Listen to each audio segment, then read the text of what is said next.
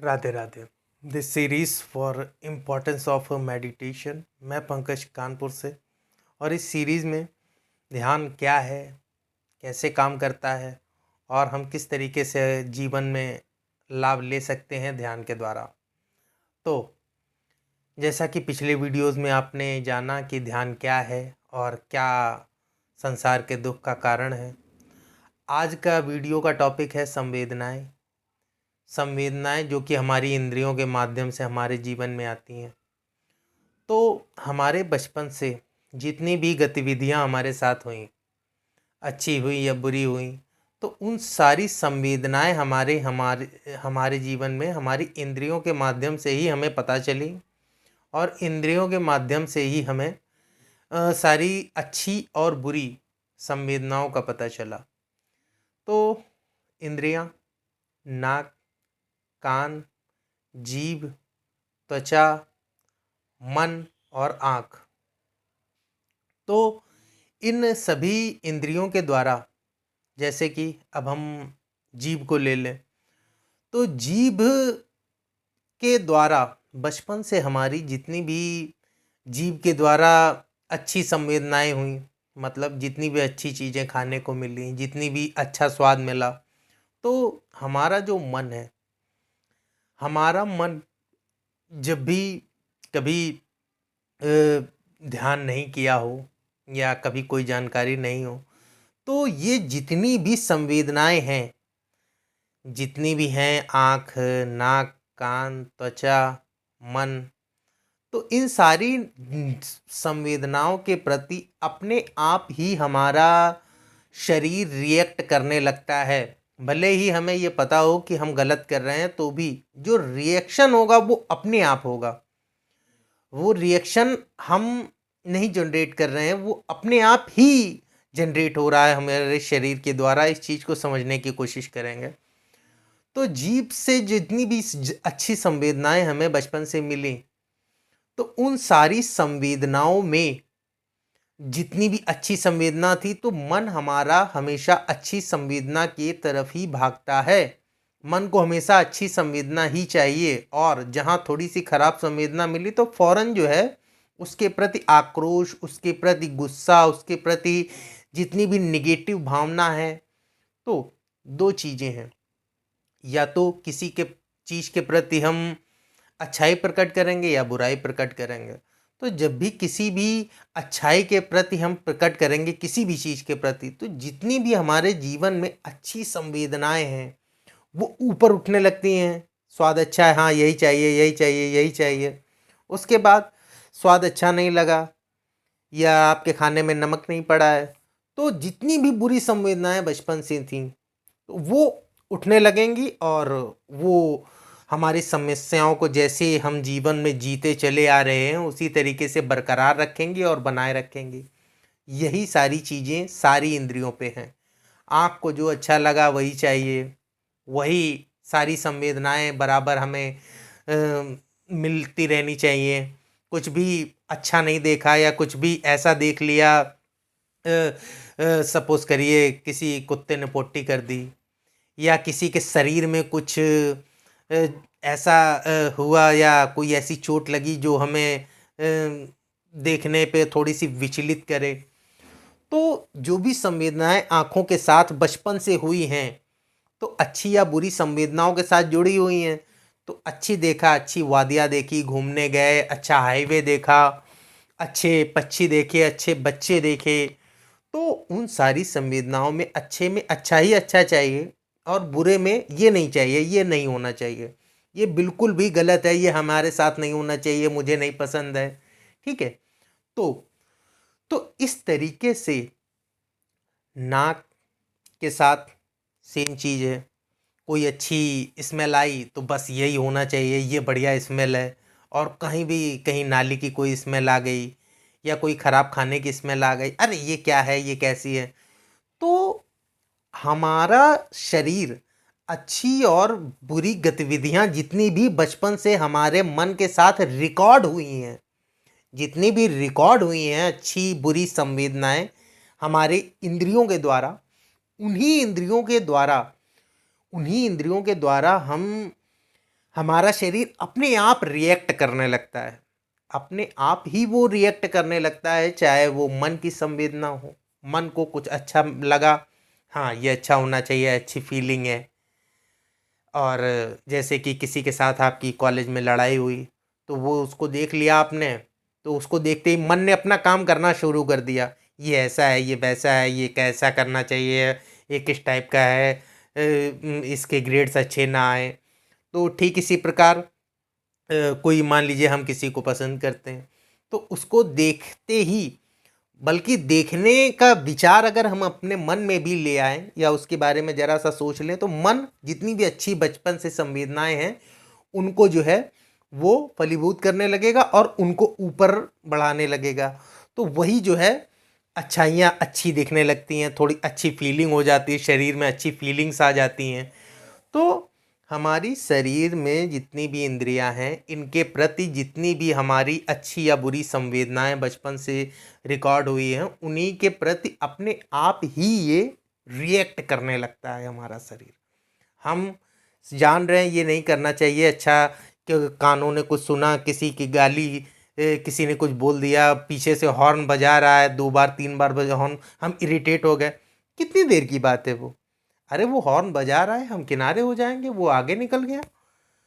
या किसी ने कुछ अशब्द बोल दिए, तो वो जिसने अशब्द बोले वो उसका जीवन है, उसका धर्म है, वो अपना फ्यूचर ही खराब कर रहा है। कोई भी अपने ही मतलब कोई भी दूसरा व्यक्ति अपना ही खराब कर सकता है, वो किसी और का खराब नहीं कर सकता है। अपने ही विचार खराब कर सकता है, अपने धर्म को खराब कर सकता है, अपनी ही संवेदनाओं को, अपनी ही मनोस्थिति को खराब कर सकता है। अगर आप अच्छे स्टेट में हैं, अगर आप अच्छे विचार में हैं और आप पॉजिटिव वाइब्स में हैं, तो कोई भी कितना भी बुरी गतिविधि आपके बारे में सोच ले या आपको कुछ बोल, आपका कुछ अहित हो ही नहीं सकता, क्योंकि आप एक पॉजिटिव वाइब में हैं और आपको पता है कि आप क्या कर रहे हैं, क्या सोच रहे हैं और किस तरीके से आपका भला आपके लिए काम करेगा। तो जब हम ध्यान करने लगते हैं, जैसा कि पिछले वीडियो में समझा हमने संसार के दुख का कारण, तो जब हम ध्यान करने लगते हैं तो होता क्या है कि हमारे ये जो बचपन से रिकॉर्डेड वाला प्रोसीजर है, बचपन से जितनी भी रिकॉर्डिंग हमारे इंद्रियों के साथ रही हैं और उन्हीं के अनुसार अपने आप ही रिएक्ट कर रहा है हमारा शरीर, तो ये श्रृंखला ब्रेक हो जाती है जब भी हम ध्यान करने की कोशिश करते हैं, करने लगते हैं, सीख जाते हैं, तो ये श्रृंखला ब्रेक हो जाती है। कैसे, थोड़ा सा समझने की कोशिश करते हैं। तो जितनी भी गतिविधियां हमने बताई आपको, कि जितनी भी इंद्रियां हमारी शरीर में हैं और जितनी भी बचपन से संवेदनाएं हुई, उन्हीं के अनुसार अपने आप ही रिएक्ट कर रहा है। ठीक है, तो अब इस चीज़ को हम ऐसे समझने की कोशिश करेंगे। तो जब हम ध्यान के लिए बैठते हैं, तो ध्यान के लिए बैठने पे हमारा शरीर, हम अपने शरीर को अपने सांसों के द्वारा अपनी गतिविधियों को देखने लगते हैं कि हमारे शरीर में क्या गतिविधियां हो रही हैं। कहीं ईचिंग हो रही है, या कहीं गुदगुदी हो रही है, या कहीं फड़फड़ाहट हो रही है, या कहीं सिहरन हो रही है।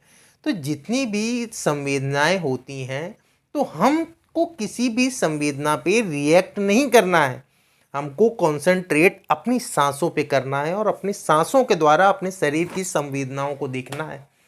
तो जब हम अपनी शरीर की संवेदनाओं को देखने लगेंगे अपने संसार के मतलब अपनी श्वासों के द्वारा, तो फिर जो है हमारे मन का जो बेस नेचर है रिकॉर्डेड पे रिएक्ट करने का, जितनी भी अच्छी बुरी संवेदनाएं हैं, तो जब अगर हम ध्यान कर रहे हैं तो हम देख रहे हैं कि हमारे पैर में इचिंग हो रही है, तो इचिंग होने के बाद भी हम उस पर रिएक्ट नहीं कर रहे हैं।